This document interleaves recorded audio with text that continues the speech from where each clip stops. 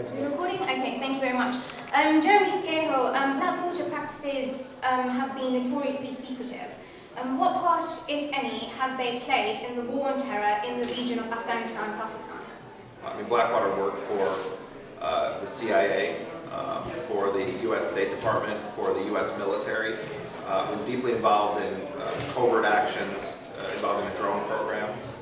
When Forward Operating Base Chapman was bombed in 2009 by Malawi, 2 Blackwater personnel were killed along with him. Inside of Pakistan itself, Blackwater worked for both the CIA and the military's Joint Special Operations Command, and also worked alongside Pakistani forces with the Frontier Corps.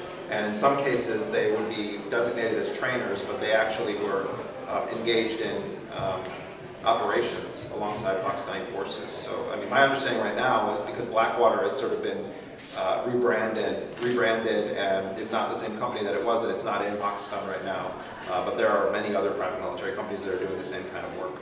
And the legality of drone warfare is highly contested. Recently in the UN declared that the US may have committed war crimes after an independent investigation into the deaths resulting from such strikes in the tribal areas of Pakistan. What implication could this conceivably have for the US establishment? None. The United States doesn't care about the United Nations unless the United Nations does its bidding. I mean, at the end of the day, the US, under both Democrats and Republicans, views the United Nations as a discussion club, unless it's serving its own interests. So, I mean, the UN can scream until it's blue in the face about what the US does. The US will veto anything at the Security Council that it doesn't agree with. The US will flagrantly ignore resolutions that are passed by the vast majority of nations in the world. I think it's great that the United Nations is doing this report. I mean, the hope is that it will actually have an impact. So I don't mean to dismiss the hard work that's being done by Ben Emerson and others. I think it's great. I just think that in real political terms, the United States does not care at all what condemnations the United Nations issues against it or Israel or other allies. And caged prisoners, I'm also involved with caged prisoners, and we've been involved with the activism business for 10 years now, but yet some people still think that Guantanamo Bay extraordinary rendition are a conspiracy. What challenges have stood in your way when trying to explain to the public the seriousness of the war on terror, and how have you overcome this challenge? I mean, first of all, obviously Guantanamo remains open. There are prisoners on hunger strike. Many of those prisoners have been cleared for release and are still just rotting away in the prison. It's an utterly shameful entity. President Obama continues the practice of rendition. We recently had the case in Tripoli, Libya, where a guy believed to have been involved with the U.S. embassy bombings in Kenya and Tanzania in '98 was snatched off the streets by members of U.S. Delta Force. When you stand up against the national security state, you face all sorts of challenges. A lot of them are not sort of sexy things to talk about. I mean, you are dealing with governments not wanting to hand you over paperwork. You're dealing with people being told not to talk to you. But you also have your data compromised. My computer was hacked, and a message was left for me on my desktop. You receive hostile communications. And you're, of course, under surveillance to one degree or another because they're trying to figure out who you're talking to.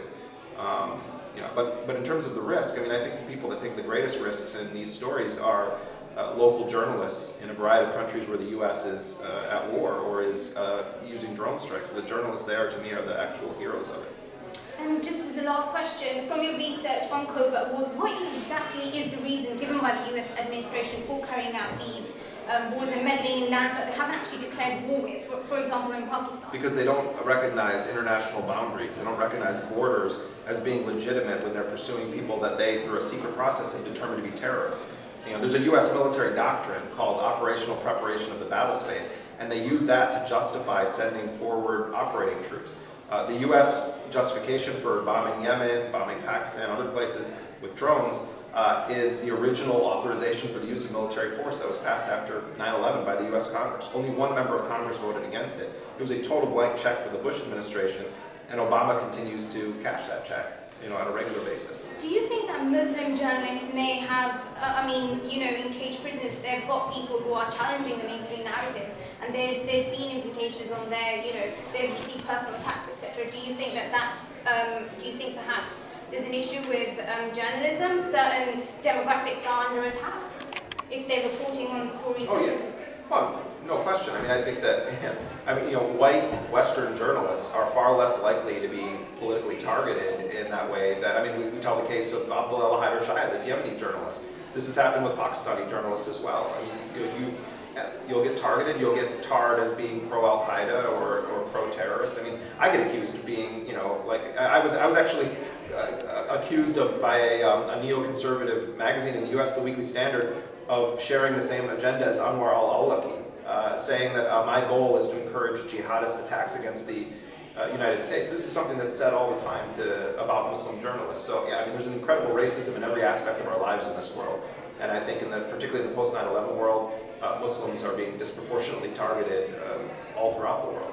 Thank you very much for your time. Thank you so much. Thank you.